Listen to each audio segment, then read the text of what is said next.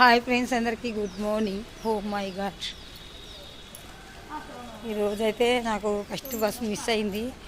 ఎంగిసిరి bus దొరికింది. ఎంగిసిరి bus కన్నా మస్తు మంది ఉండరు.